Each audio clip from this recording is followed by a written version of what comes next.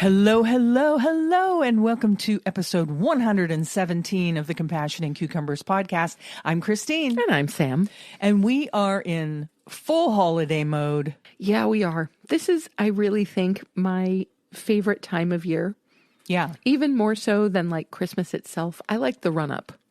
I like the run-up too, where things are still kind of calm, but we have our tree up and lit, and there's lights around the house, and we have the 4K fire on the television. Super cozy. You know, the battery-operated candles are burning bright. Gotta love it. I like this too. It's the calm before the kind of the Christmas storm. Yeah, I just like the cozy season. Yeah. You know, it's just from Thanksgiving through till maybe mid-January. It just feels like cozy season. Yeah. And I like cozy season. Yeah. Yeah. So we have all of our pagan tributes up. We have the tree. We do. We have the Yule log burning on the television. Indeed. What else do we have? That's we have the ivy hanging from the boughs of ivy hanging from the. Well, I mean, you know, you got to remember that almost every Christmas representation, like a lot of the things that are very specifically connected to Christmas, are in fact pagan traditions. Yeah. If you want to know more about that, look in our back catalog about we have a holiday traditions episode where we talk about all those things. Yeah, we did that last year. Yeah. Yep, cool. That was a good time. It was. But anyway, moving on. Let's tell everybody where we're going to be next. Sure thing. Well, this Saturday, we are going to be at the Hooray for the Holidays Market at the Vegan Center in Tonawanda, New York. That is Saturday, December 16th from 11 to 3. We are looking forward to it big time. Hooray. Indeed. Hooray. So super excited about that. And of course, for us, that is also a really great chance to stop in at the vegan grocery store before the market, probably get us some dinner at Good and Evil after the market. Most likely. So, you know, it's all good things. Yeah, and if you can't make it out to the holiday market, don't forget you can follow Sam's Etsy site, and there's still time if you want to get gifts for people in your family. There sure is. Go to Cucumber Craftworks on Etsy and check out all of her beautiful vegan knitwear and jewelry and all that jazz. And hey, I finally put up some new stuff. We did. We've been talking about it. Finally got it done. Yeah. Yeah. I mean, not done. It's not everything. But there's more than 10 items up there now. Yeah. Or whatever. So we have these I've got some lovely scarf sets up there and some new jewelry items. I have a number of things that I'm hoping to get listed later this week as well. Some necklaces and things like that. Yeah. But it's definitely better than it was. Definitely. And this episode is brought to you by Cucumber Craftworks. Okay. We'd like to thank them for sponsoring this episode. Oh, and how did we do that exactly? I don't know. They didn't pay us anything. I was going to say. Oh, well. Yeah. Hey, don't forget, you can still donate warm clothing and hoodies for the homeless, 716. You can drop off those donations if you're in the area. You can drop them off at Wellness in the Village at 13219 Broadway in Alden. State Farm Insurance at 209 Main Street, East Aurora, New York, and also at Yoga at the Locker, which is at 9992 Main Street in Clarence, New York. If you're anything like us, chances are good that you'll probably get a new hoodie or sweatshirt or something warm under the tree for Christmas. So. Yeah, well, I mean, that just tends to be a given around here. And so knowing that that's likely to be true, it's a really good time to kind of, thin your hoodie collection to make room for the new. Yeah. And in the meantime, help some people who need it. Yeah, please do. If you're in the area and you have any of those items, please drop them off at one of those locations. We have a recipe this week. Hey. We teased it last week. We did. So this week's recipe is a listener recipe. Sure is. And a darn good one at that.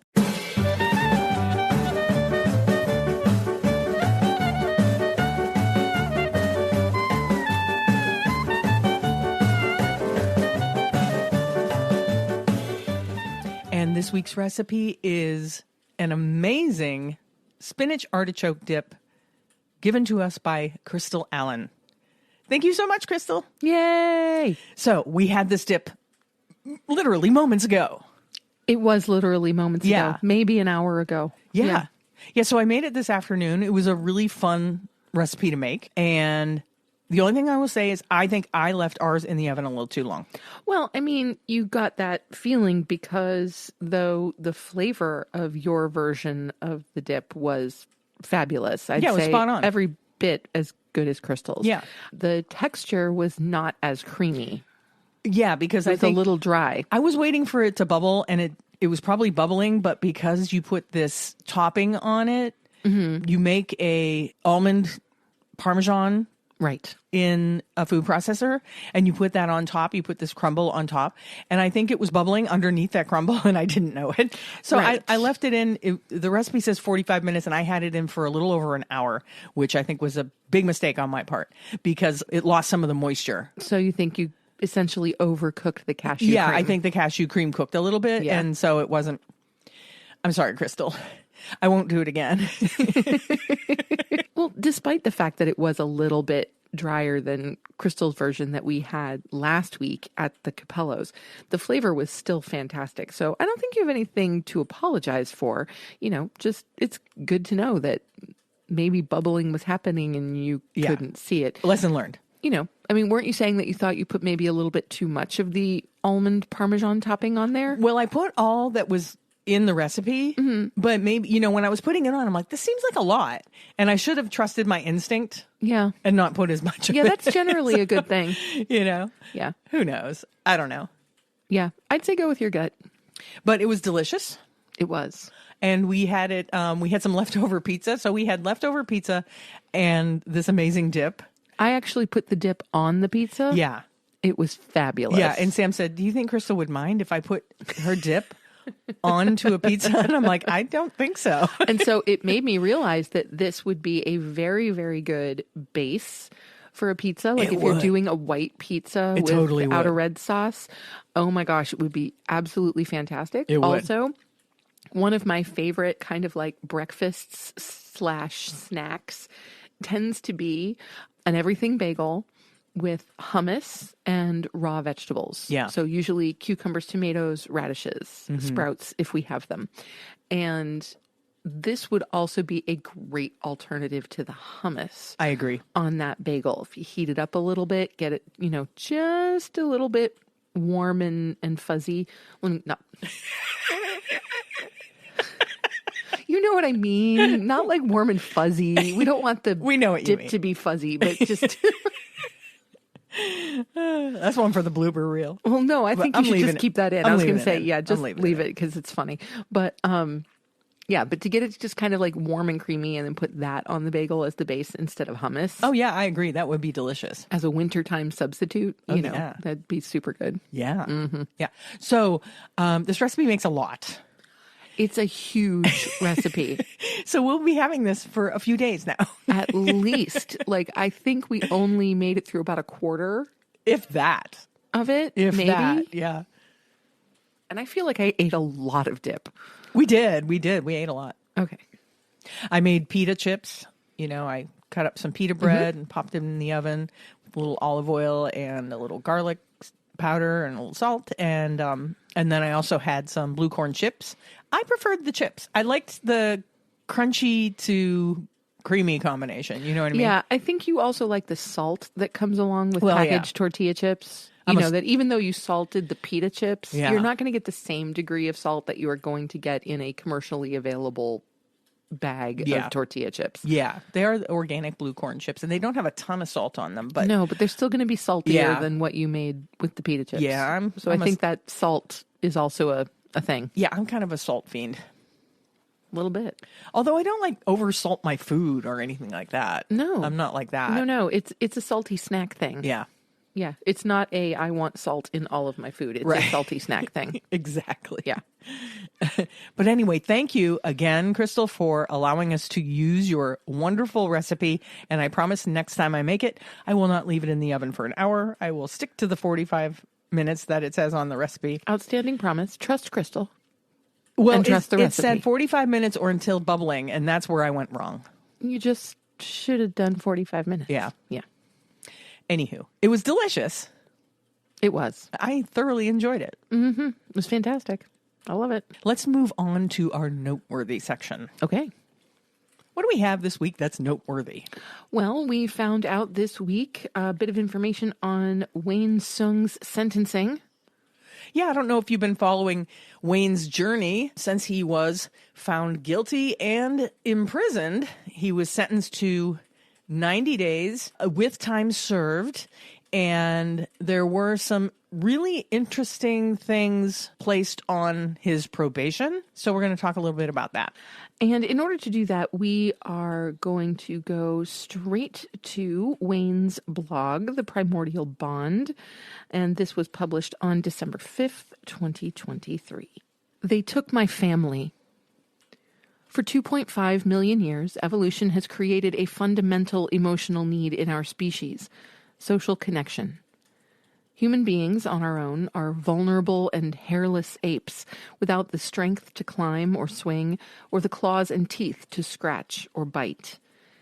Our desire for connection and the complex cooperation that desire facilitates is what made us strong. One human is helpless, but 1,000 working to build tools and weapons is the apex predator of our planet. For 100,000 generations, those humans who yearned for connection thus survived evolution's test.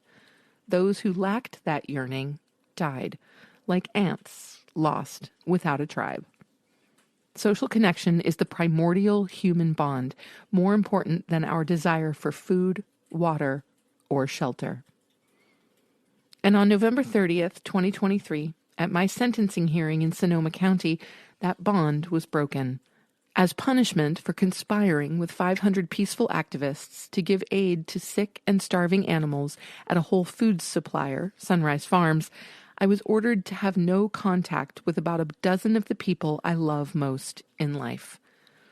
The jail term itself, 90 days, was less than the maximum 42 months, though much more than the probation department's recommendation of 30 days. But Judge Laura Passaglia also ordered an associational constraint. These orders, which have faced criticism from constitutional law experts, are allowed in limited circumstances, when a defendant is a part of a violent gang. In my case, the associational constraint targets a group that rescues suffering animals. And it extends not just to those accused of being part of the Sunrise conspiracy, Priya and Almira and Julianne, but to other dear friends like Matt Johnson, who were not. If I come within 100 yards of any of them, or even attempt any form of contact, I will be immediately jailed.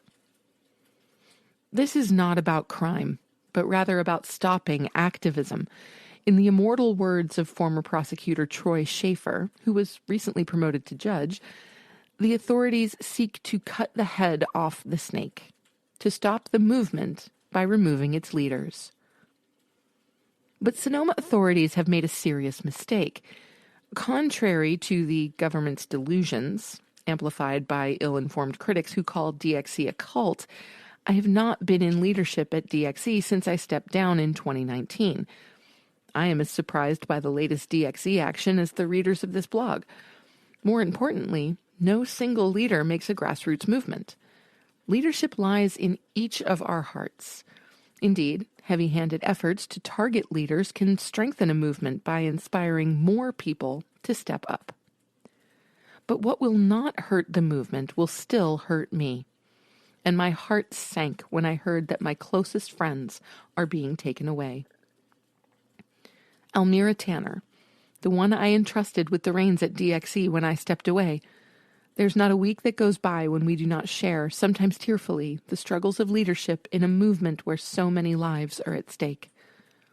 John Frohnmeyer, who is not just my legal counsel, but perhaps my most trusted personal friend. It's unclear how I can defend myself in court or navigate the hurricanes ahead without the attorney who has defended me for many years. And then there's Priya. In 2012, when I moved to the Bay Area to find treatment for my mother's cancer, Priya came into my life. As Mom withered away and died, Priya held my hand as I cried and whispered, "It'll be okay." In 2017, my first dog, Natalie, lost the ability to walk. She cried pitifully when she needed me, But it was Priya who answered her cries, bringing her food and water, or walking her with a sling. I realized then that Priya was not just my best friend. She was a parent to my child. And in the last years, when I lost Lisa and Joan, my teachers, and the loves of my life, it was Priya who took us to the vet when I couldn't bear to go alone, and who organized the funerals where we honored their remains. Now, with the stroke of a pen, Priya and so many others are gone. And when I heard the judge's words, I said to myself, this is worse than prison. This is the breaking of the primordial bond. For the coming years, Priya and others will be erased. The primordial bond has been broken. But I will never forget you. And while there will be new friends I will love dearly, none will ever quite take your place in my heart. And in honoring that love, we will all be saved. So Wayne's blog post has a lot more of his thoughts that we just decided was probably a little bit too long to read, but I would urge you to go out to thesimpleheart.org and read his blog posts, because he has a lot of really good points that he's making in these blog posts. And he's a fantastic writer. Yeah, and he's a really good writer. Yeah, I just want to kind of touch on the fact that he can't have any association with a gentleman who is currently his attorney. That to me is just unbelievable. Yeah. Just unbelievable. I don't see how that can be legal. Yeah, well, I think they used these laws in the past. Well, of course, they've been used in violent crimes, like gang-related crimes and things like that. But I think they were also used in the past, like in the 70s, like the Black Panthers, sure, and other groups like that. They would use that law so that they couldn't associate with each other. Oh no! Essentially, it is kind of the breaking up of the activist circle. Yeah, I get that. Yeah, it's just kind of mystifying to me that it's permissible. Right, especially in a case like this where there was no violent crime committed. Right, and their only crime was caring for animals that were suffering and dying. Right. Yeah, it's really interesting and a testament to how far our legal system can go to stop people from doing the right thing. Yeah. Well, I mean, I think it's less about stopping people from doing the right thing and protecting the economic interests of the status quo. Yeah. Yeah. But again, I urge you to go out to simpleheart.org and read Wayne's blog posts. It is beautiful. All of them, like while he was in prison and now that he's been released. Interestingly, though, I did hear that after his release, which was just yesterday, that he went to an activism thing. Of course he did. Yeah. I mean, that should not be surprising. The constraints placed on his probation and the conditions placed on his probation didn't seem to address. It didn't restrict his going to events or rallies or anything like that. Right. He can still go to animal activist rallies and stuff like that, apparently, which I find interesting. It's like, stop him from talking to the people closest to him, but don't stop him from being involved in other parts of the movement, which is really interesting to me. Right. It is a strange juxtaposition. Yeah. Mm-hmm. Yeah. But good news that he's out. Yes, very good news. Yeah. Thrilled to hear that. And of course, Wayne, we're in your corner. Keep fighting the good fight. Yeah, keep doing what you do. Doing the good work. And that brings us to our main topic.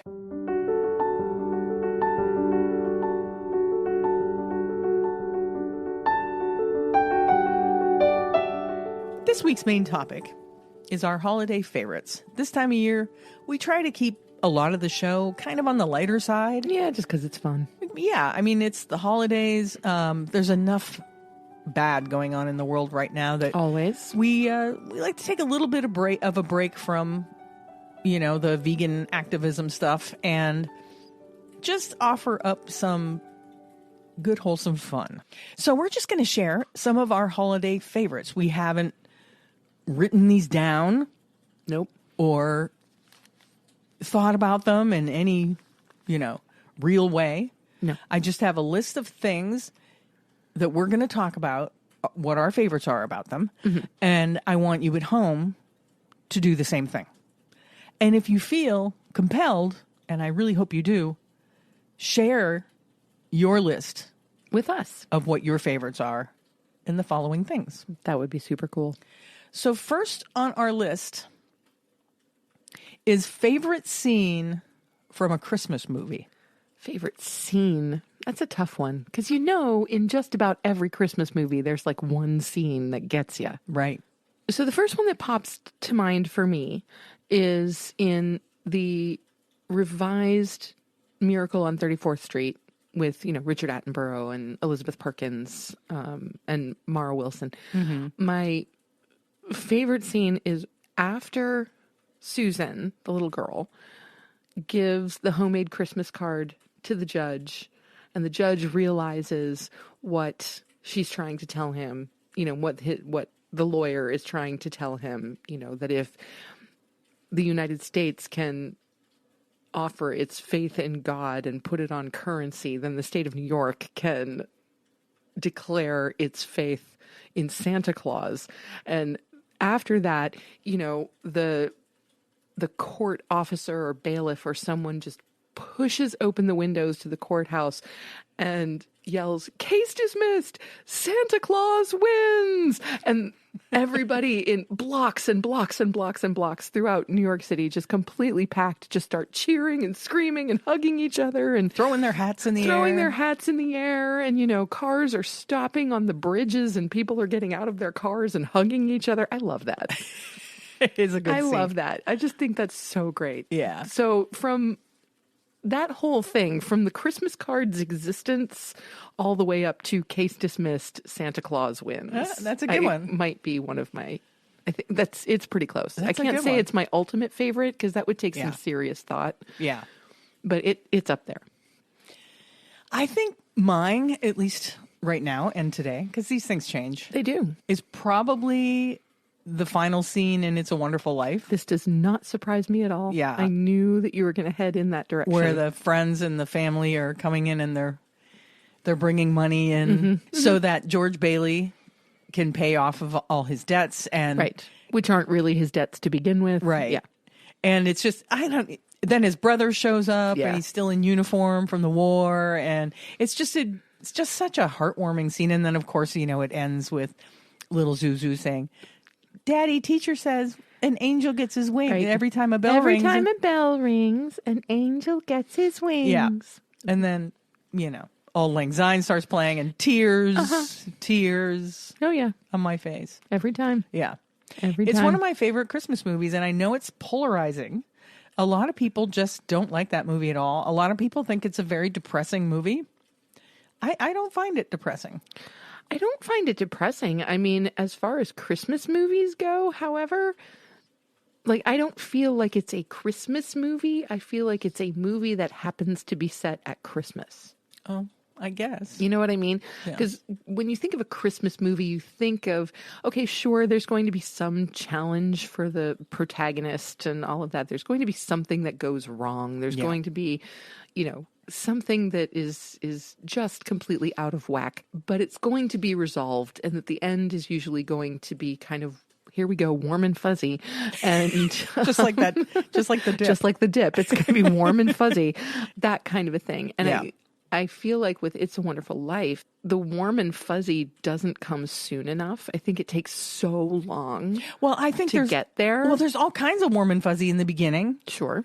When George is a young boy, right up till the thing happens with the pharmacist's son dies and he hits him and all that jazz. Right.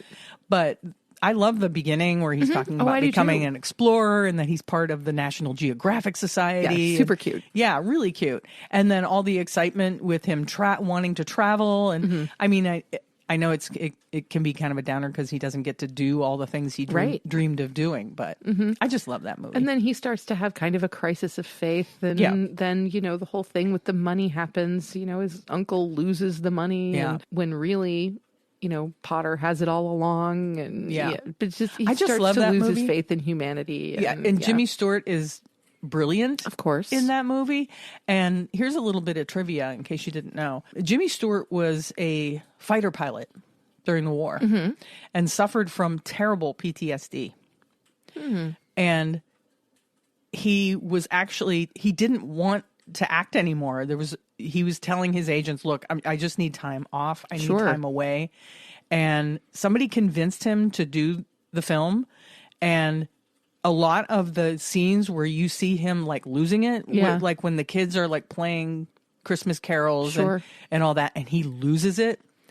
A lot of that, it's real, you know, it's just like raw emotion that's on the surface with him. And he was just so brilliant in that movie. Absolutely. Yeah. And so, I mean, that's why it works. It's real. Yeah. Okay, we need to move on. Okay, number 2 is, what is your favorite outdoor winter activity? Oh, no brainer. That's sledding. Give me a hill and one of those blow up tubes. Seriously, I'm there. Although the last time we went sledding, it was in my parents' backyard. Yeah, they have a big hill. Because they have a nice hill. And I wound up sledding directly into some hedges, at the bottom of the hill. The neighbor's hedgerow. Yeah, I did. So that was less than fabulous, but generally speaking, favorite outdoor winter activity is totally sledding, whether that's tubes or toboggans or just those silly little plastic roll-up sleds. Yeah. It doesn't matter. Yeah. Give me a hill and some snow. give me a hill and some snow. Although, according to a movie we recently watched, no one over the age of 40 should go sledding. Those are good words to live by, because when you injure yourself after the age of 40, I'm aware that you have that till the day you die. I'm aware. I know you know better than anybody else that things that happen to your body after you're 40, you will always have. Yep. So it's probably good advice not to be sledding after the age of 40. And I could be talked into it, though. Yeah, you probably could, because you're a bit of a daredevil. And I would be on the sideline going, "Oh, careful." You would. Careful. You would. Maybe you shouldn't. Right. Do you have a helmet? Please wear a helmet. No, I'm serious. I do not have a sledding helmet.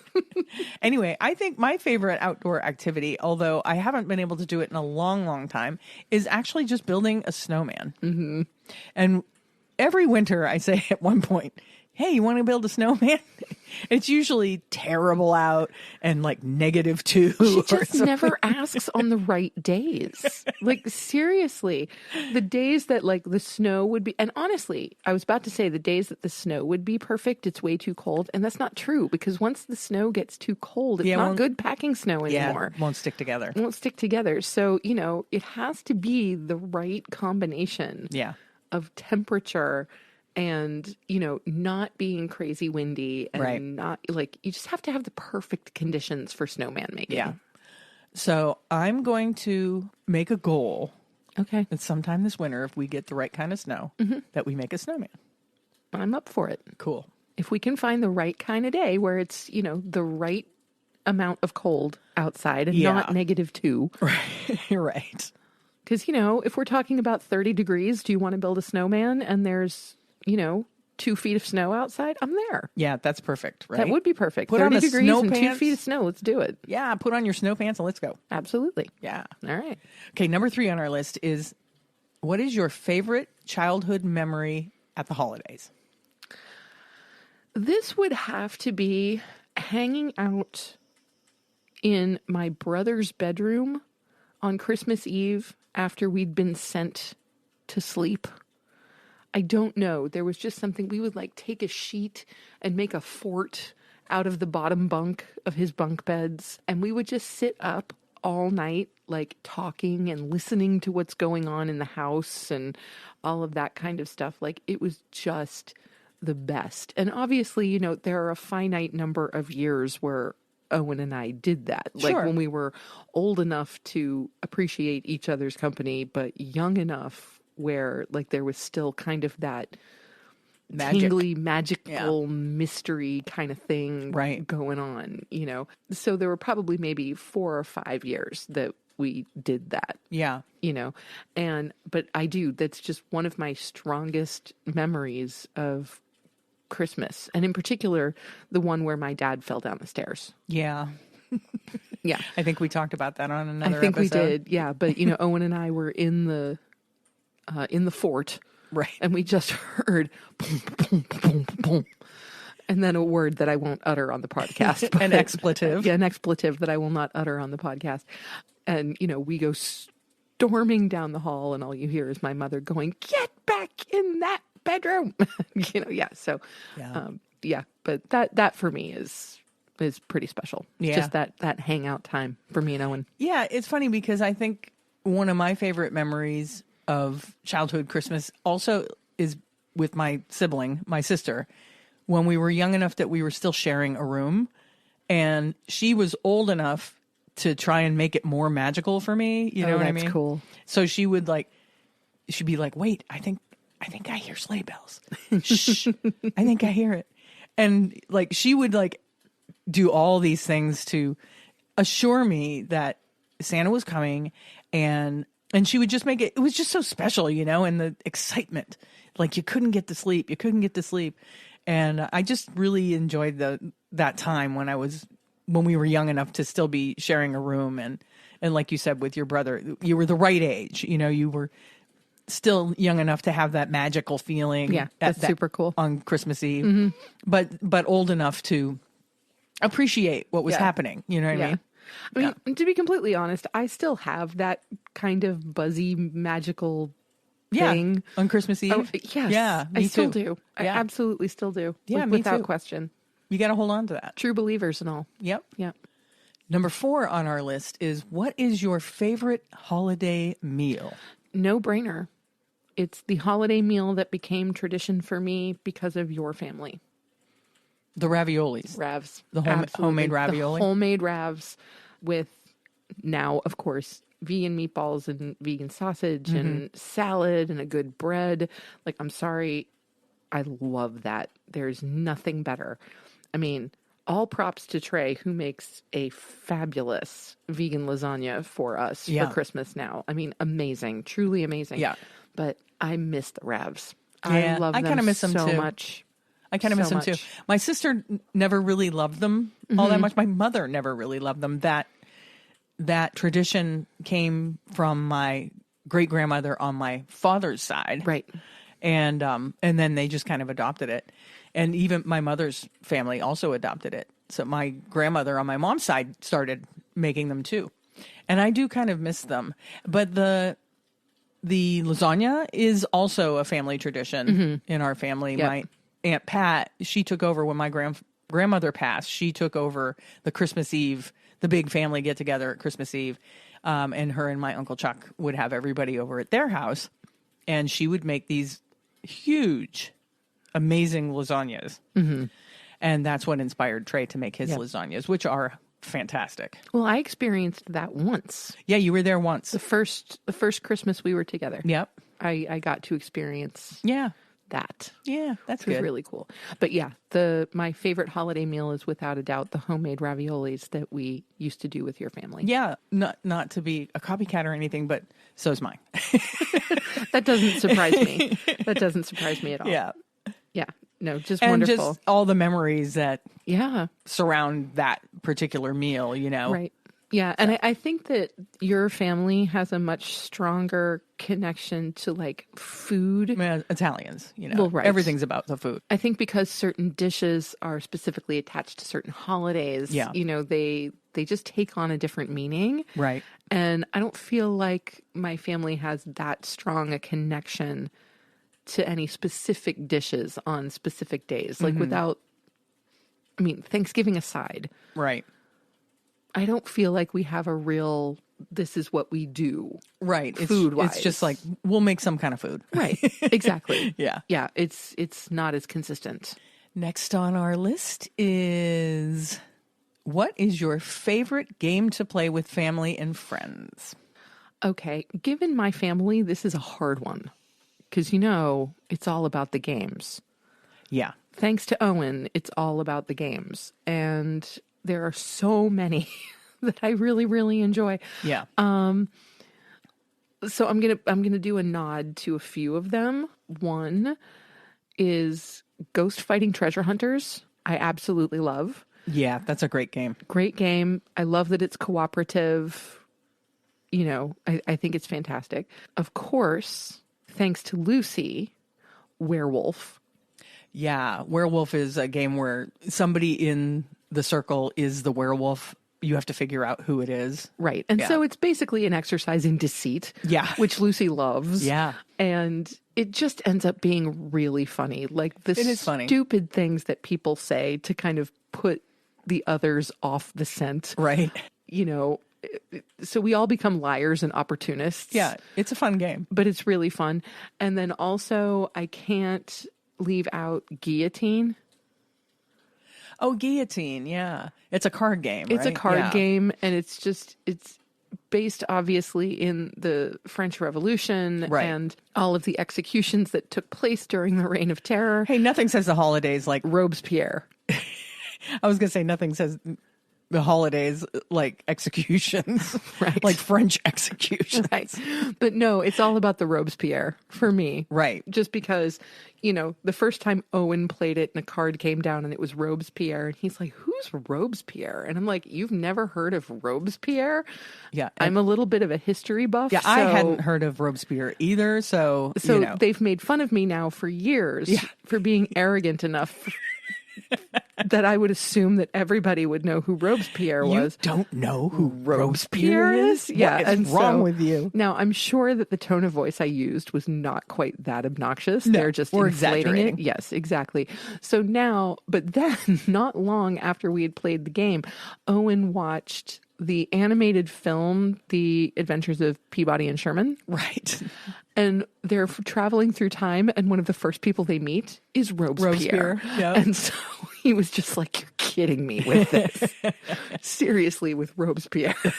So Robespierre has become a running joke in the house. And so because of that, more than anything else, I mean, the game is fun. Yeah. But just because of the running joke, Guillotine is way up there. Yeah. I like, what's that game? It's not Apples to Apples, but it's similar to Apples. Cards Against Humanity? No, not Cards Against Although Humanity. we've had some very funny moments with Cards Against Humanity. Yeah, you got to have a special relationship with your family to play that game and not be completely embarrassed every time a card comes up. It's so much fun. But I can't remember the name of the game. It's not Taboo, but it's kind of like in that vein. But anyway, I like games like that, Apples to Apples, where there's like a statement and then you have to either finish the statement and then the... are you thinking of like Balderdash? Yeah, Balderdash. That is a good game. You have to figure I love out... Balderdash. You have to figure out which is the lie. Mm-hmm. Yeah. Yeah. Those are fun. Yeah, those are fun. And Cards Against Humanity is that same It is the concept. same idea. Yeah, except you're not trying to figure out the lie. You're trying to decide like which answer is the best. Yeah. Yeah. And, you know, we've had a couple of rounds of Cards Against Humanity where everyone just ends up laughing so hard that, like, I mean, I'm not going to give the example because it's we'd have not to put, appropriate. We'd have to put an explicit warning. It's not appropriate, podcast. But just one that had my dad like giggling. He was like days. rolling on the floor for blabbering. days. Yeah. It was really, really funny. It was hysterical. Where are we on the list? Oh, hey, number 6 is what was your favorite toy you ever received as a child? It's funny because I remember books more than toys. I mean, I know I got toys as a kid, certainly. I thought for sure you'd say one of your Cabbage Patches or something. Well, I thought about that. And yes, I do recall the Cabbage Patch year, you know, being a good one. And like, I was really psyched about the Cabbage Patch Kids. There's no question about that. But I honestly think the best toy I ever got was from my grandparents. And there was one year, I don't know how old Owen and I were. I can't remember. But Nana and Grandpa came for Thanksgiving. And we went out shopping one day and we went to Toys R Us. And Nana told us we could each pick out one thing that she and Grandpa would buy us for Christmas. Okay. And I remember that my thing that year was the Lego medieval castle set. And I just thought that was the greatest thing. Yeah, I think I got that for my nephew when he was young. Like, I loved this thing. I've always been into, anything medieval into like early Northern Renaissance. Right. And like knights. yeah. And Oh stuff gosh. like that. Yes. Bring it. Love those stories. And so when this particular Lego set came out, I was just all about it. And I wanted it so much. And I couldn't believe that Nana and Grandpa were going to get it for me. And that was back before Legos were like so expensive. Oh, yeah. They're so expensive now. Yeah. Like, I'm sure the set was probably expensive for the day, but it's nothing what it would be now. Yeah. Yeah, not even close. They're really expensive now. I think one of my favorite toys when I was a kid that I got for Christmas was, believe it or not, it was G.I. Joe. And it was this is the late 60s. So G.I. Joe at the time, I think, was made by Kenner. And Kenner was adamantly against the Vietnam War. And so for a short period of time, G.I. Joe was no longer associated with the military. He was a rescue ranger. So I got G.I. Joe, the rescue ranger. He had a beard, and he came with this really cool rescue van that had like, you know how like when they rescue somebody on a mountain, they put him in that basket, and it had like a crank. So and it had all that stuff? It had all that stuff. Oh, that's cool. It was the coolest thing. And I have seen them like on eBay. They go for a ton of money now, people that collect those toys. But I just love that thing. And even more so, I loved that I asked for that as a little girl, and my parents didn't think twice about getting it for me. That is pretty amazing. You know? Yep. Yeah, I loved my G.I. Joe. It was pretty great. Yeah, so occasionally G.I. Joe would end up with my sister's Barbies, and I'd be like, hey, no. No. G.I. Joe does not associate with the Barbie clan, okay? He's got important things to do. So your favorite gift was not the bowl that you wore on your head? That was not a gift. That was just something I pulled out of my mom's Tupperware cupboard. It doesn't matter. It's still brilliant. That's a story for another time. I think we told that story. I'm sure we must have, but I still love it. It never gets old. Yes, Christine used to wear a bowl with a spout on her head. I wanted a ball cap, and it worked. So kids are weird. Kids are weird. Okay, number 7 on our list is, what is your favorite holiday dessert? Okay, this is funny because I don't think of Christmas as being a dessert holiday.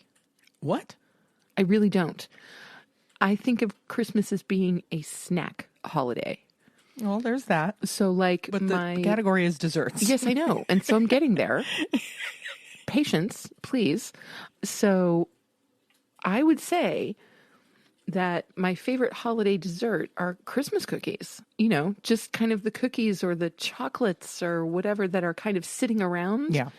Because I don't feel like we usually have like a Christmas dessert. I see what you're saying. You know, we don't make a Christmas cake. We don't necessarily have a pie. Right. Like you would do at Thanksgiving. Yeah. We have various kinds of sweets. Yeah. Hanging out all over the place. Yeah, and I think that that's solely an American thing. Like the Europeans, they have all kinds of specific Christmas desserts, you know, puddings and things like that. And I think I agree with you that my favorite holiday dessert is probably just a nice little plate of Christmas cookies. Yeah. Yeah. Give me a little plate of cookies and a cup of tea or hot chocolate. Yeah. And oh, I'm there. Bob's your uncle. Bob's your uncle. Yeah. I don't need a cake or a pie or anything at Christmas. It's not necessary. Cookies are good. Number 8 on our list is, what is your favorite holiday beverage? I think you're going to be better at this one than me. It's your favorite. How would I be better at your favorite? It's just I'm not thinking of, okay, I'm going to go back a few years to get to my favorite holiday beverage. Let's go back. Let's go back, because this is not something that we have readily available.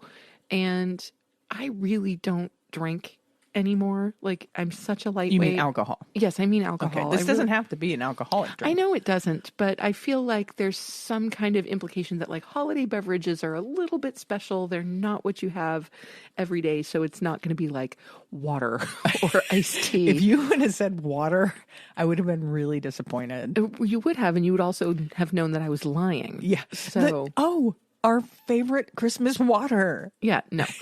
And so I'm going to go back a few years to my favorite, the one thing that I think I can kind of classify as a holiday beverage. Okay. And that is rhubarb gin and ginger ale. Oh, yeah. That's good. And the reason that it's a holiday beverage for me is that I discovered it when I was in Wales, right at the end of my stay in Wales. It was literally like Paul and my last day together. We were out sightseeing and we went to this little pub, and on their specialty drink menu, they had this rhubarb gin and ginger ale. And I'd never tried anything like that before. It was just divine. So light, so refreshing, absolutely amazing.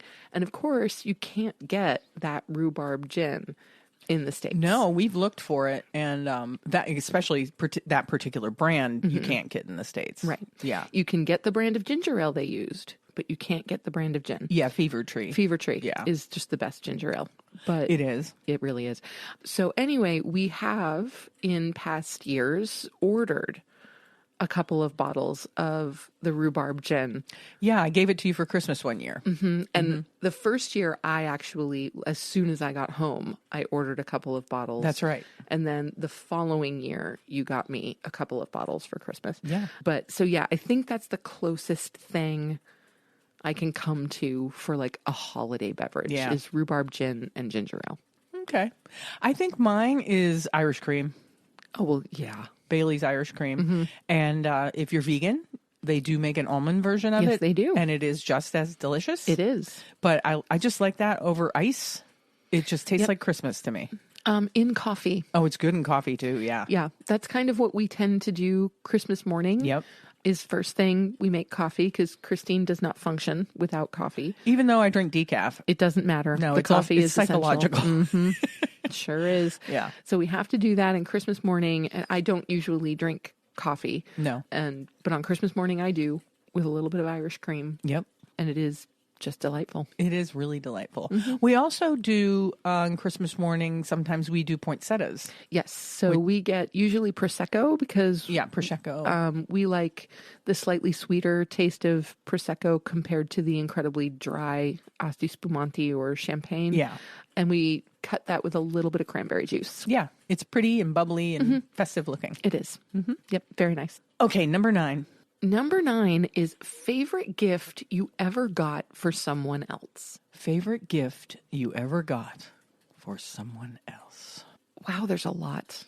I love gift giving. Can I tell you, I think this is why I enjoy Christmas so much. Yeah. I just love giving gifts to people. And in particular, you're so much fun. You're pretty fun to buy for, shop too. for. Like, you're so much fun.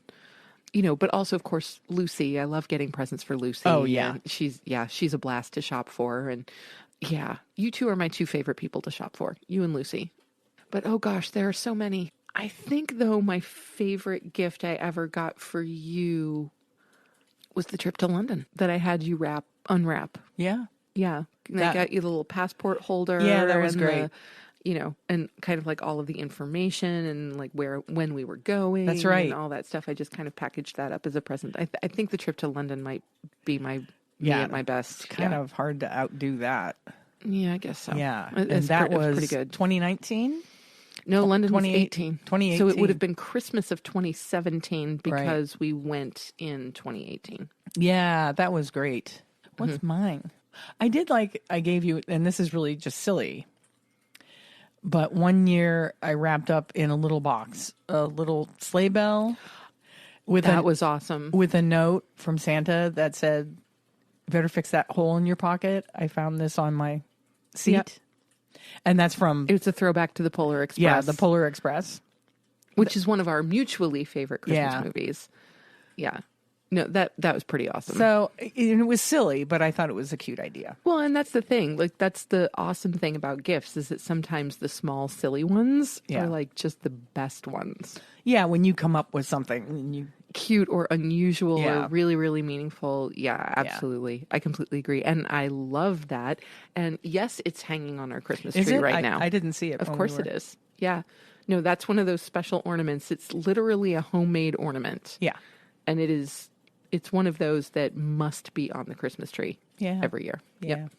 And if I had longer to think about this, I'm sure I could come up with other things. But that's the first one that came to my brain. Mm-hmm. Nope. Love it. What's next on our list? Favorite Christmas song? I have a lot of favorite Christmas songs. One. No. One. I am going to narrow it down. And I'm going to narrow it down to A Winter's Carol by Tori Amos. Tori Amos, yeah. That's a good one. Yeah, I just love it. It's so beautiful and spirally, like you can almost see snow falling. You know, it's absolutely wonderful. And it has this absolutely glorious midsection where like all of the like tempo kind of drops out and it becomes this slow kind of very almost eerie kind of march. And it gives me chills every single time. So I just love it. So I think that is my favorite Christmas song. Well, that's a lot like mine, which is Dominic the Donkey. We don't go for the classics around here. By Lou Monte. Perhaps we should have had two different categories, like favorite, I don't know, serious Christmas song and favorite kind of just fun Christmas song. Anyway, mine is Dominic the Donkey. If you've never heard it, look it up. It's a good time. I only know Dominic the Donkey because of Christine, and I am very grateful that I do. Because it's super fun. It really is super fun. And we haven't heard it yet this year. We haven't. On the more traditional side, like my favorite Christmas songs tend to be, I love God Rest Ye Merry Gentlemen. Yeah. I love We Three Kings. I love O Holy Night. Yeah. Yeah, but I think Tori's got him beat. The Tori Amos Christmas album is really good. Called Midwinter Graces. It's spectacular. Where are we on the list? Favorite holiday tradition, yours or someone else's? Oh. Favorite holiday tradition. I want to say my favorite holiday tradition is we each open one gift on Christmas Eve. And traditionally, that gift is pajamas. New jammies. Yeah. Christmas jammies. Yeah. So I'm going to say that's my favorite holiday That's actually, between the two of us, and I was actually going to use that under favorite new tradition. Oh. Because that's something that's just particularly ours. In terms of like long-standing traditions, I think my favorite holiday tradition is putting up the tree. I just love the tree.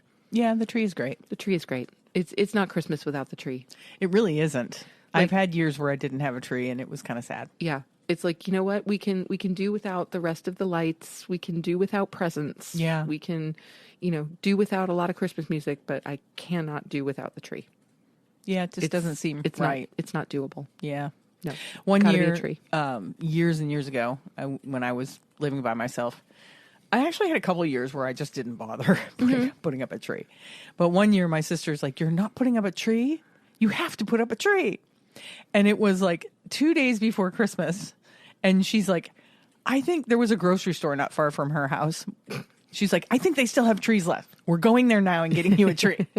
So we go and they had like two kind of bare Charlie Brown Christmas trees. Dried out little trees. And we got one and shoved it in the back of my car and I brought it home and decorated it. And most trees, I mean, once you decorate them, they look great. I did have another year where I wasn't going to have a tree and a friend of mine thought it was sad that I wasn't going to put up a tree. And he was a landscaper and had just removed a shrub. Gave you a shrub. From somebody's house. It was like an evergreen shrub. And he had it tied to the roof of his car and showed up at my house and said, "Here, put this up." I'm like, that's a shrub.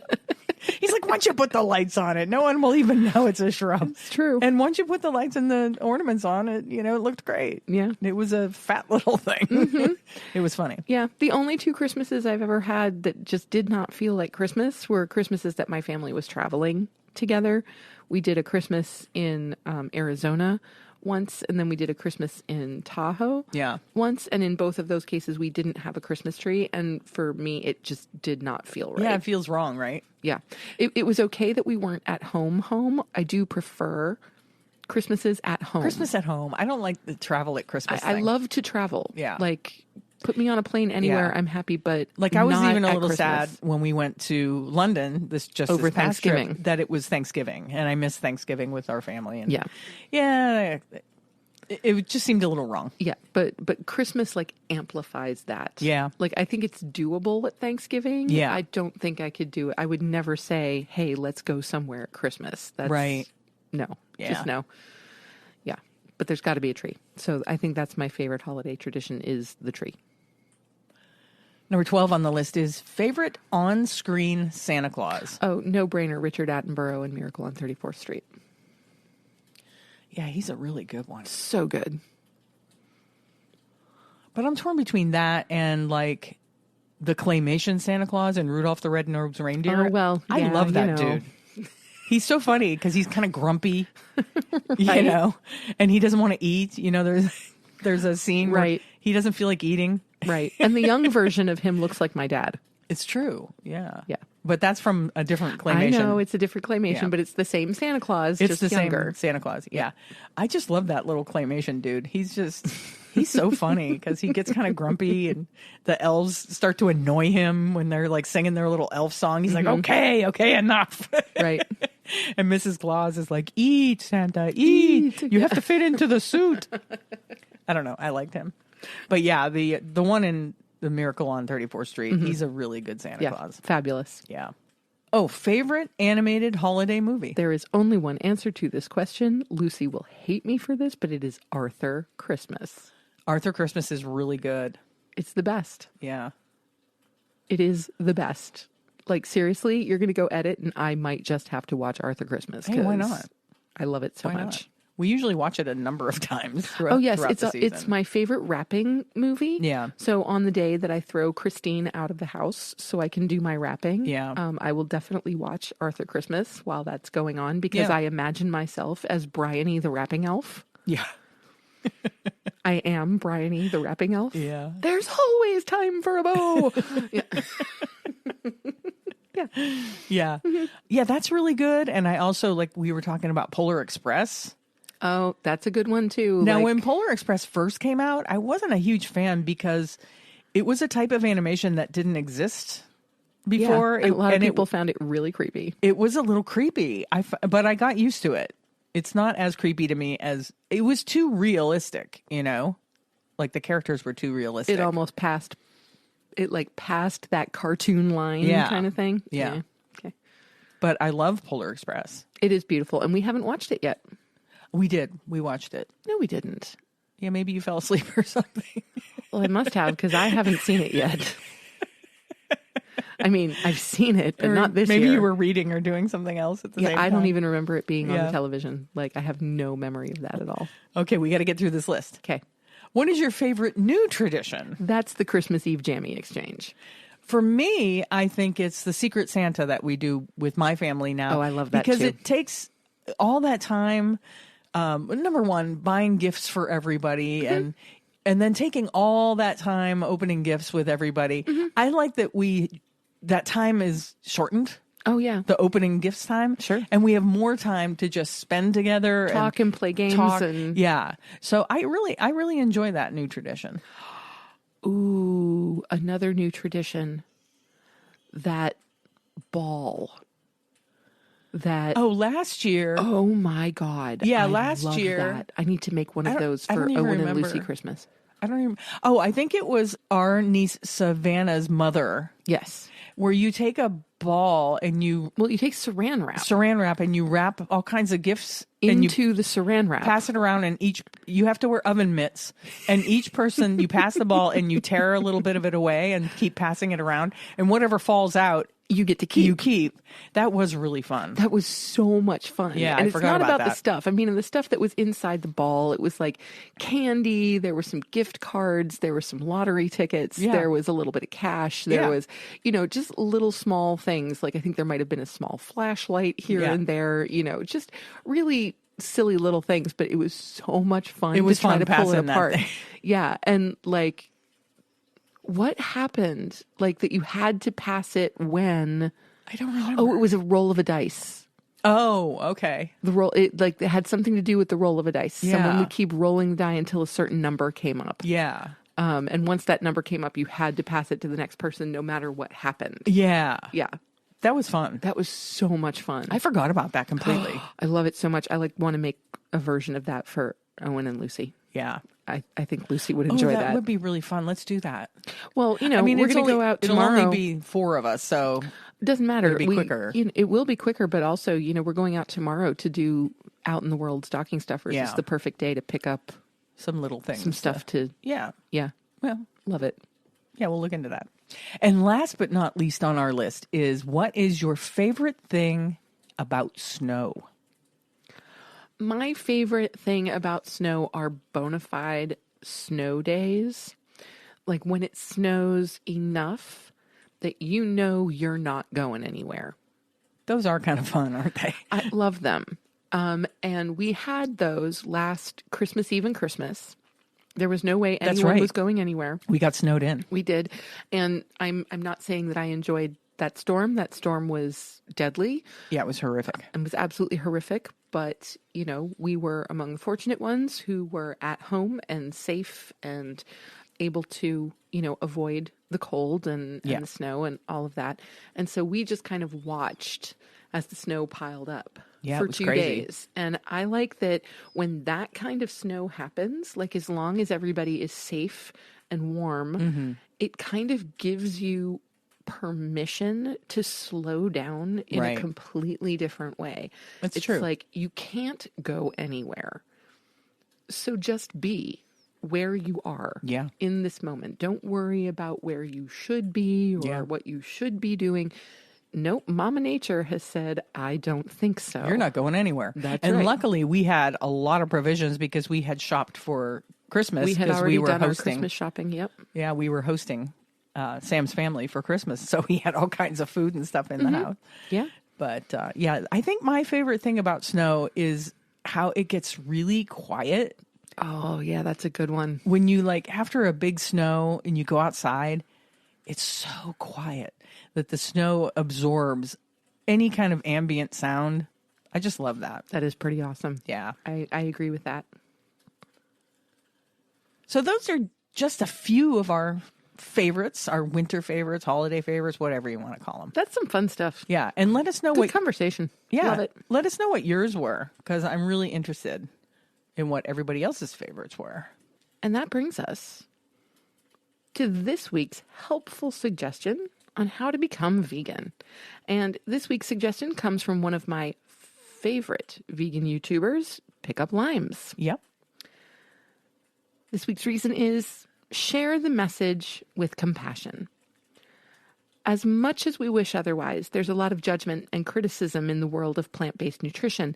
For example, we might hear or read, if you eat fish, then you should really call yourself a vegetarian.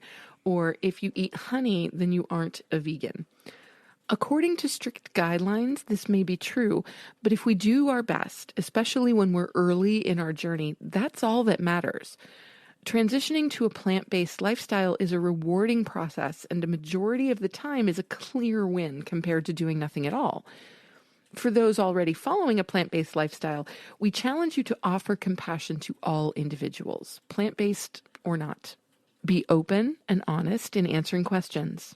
Lead by example and avoid pressuring others or making them feel inadequate. Those that are inspired will eventually follow.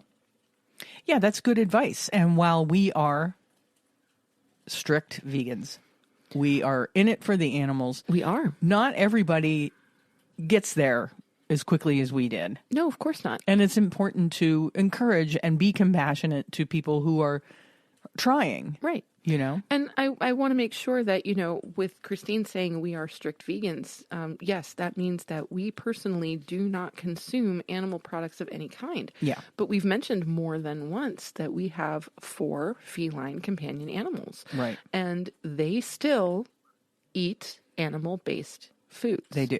Because we have not yet had a serious conversation with our veterinarian about the value, because cats are natural carnivores. They're obligate carnivores. And I've had conversations with other people in the veterinary world who say they're obligate carnivores. You're giving them a home. It doesn't violate your veganism to care for these animals. Right. In the way that they need to be cared for. Yeah.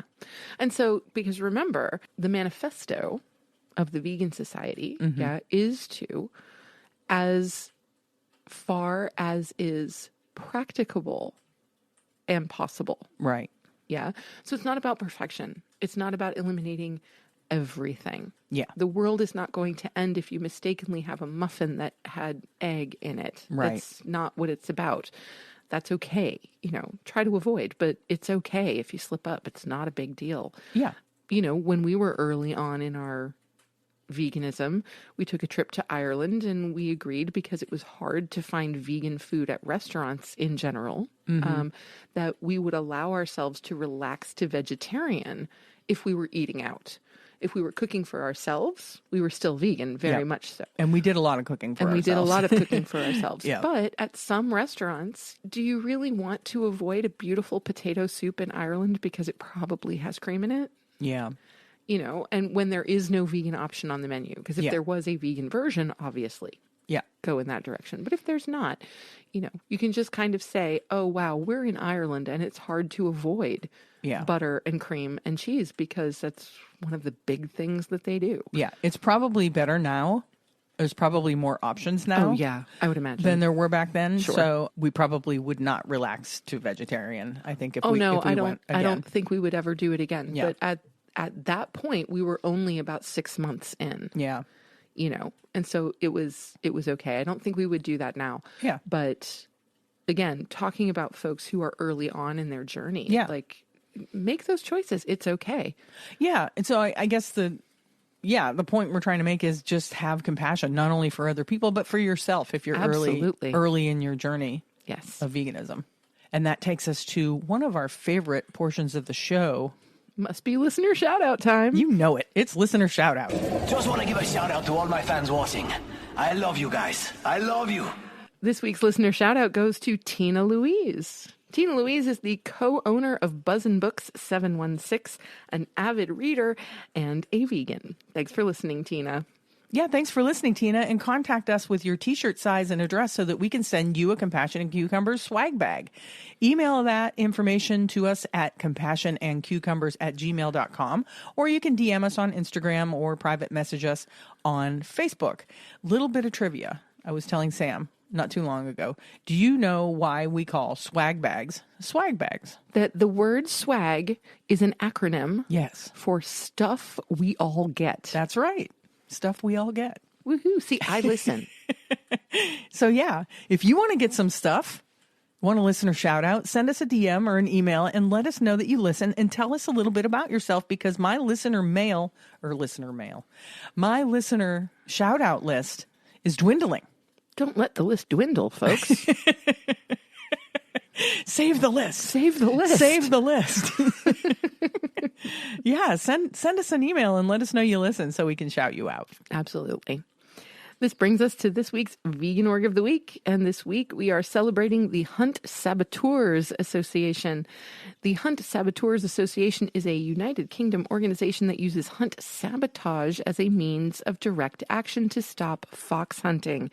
It was founded in 1963 with its first sabotage event occurring at the South Devon Foxhounds on December 26th, 1963. You can find out more about them at huntsabs.org.uk.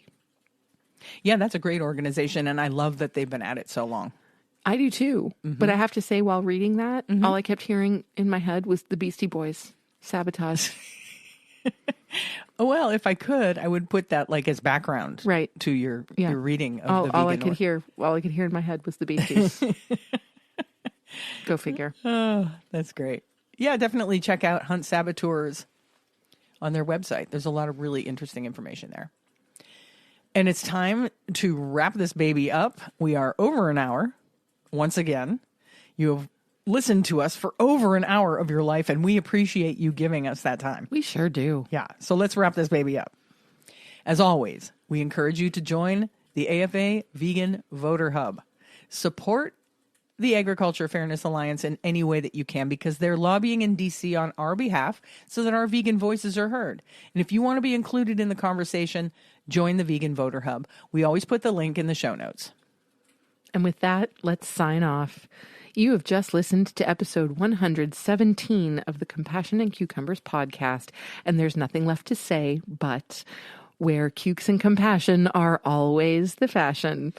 on the podcast. Oh, we're singing it again tonight. I guess. I don't know. I was moved to sing. What can I say? Thank you so much, James. Have a great week, everyone. We're going to talk to you next Tuesday. We love you. Bye-bye.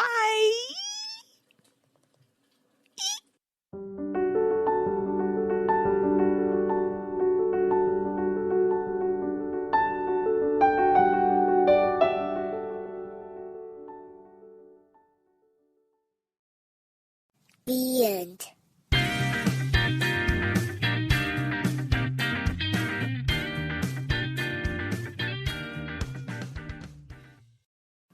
If you'd like to support the Compassion and Cucumbers podcast, well, you can do that by hopping on over to our Patreon page and becoming a patron.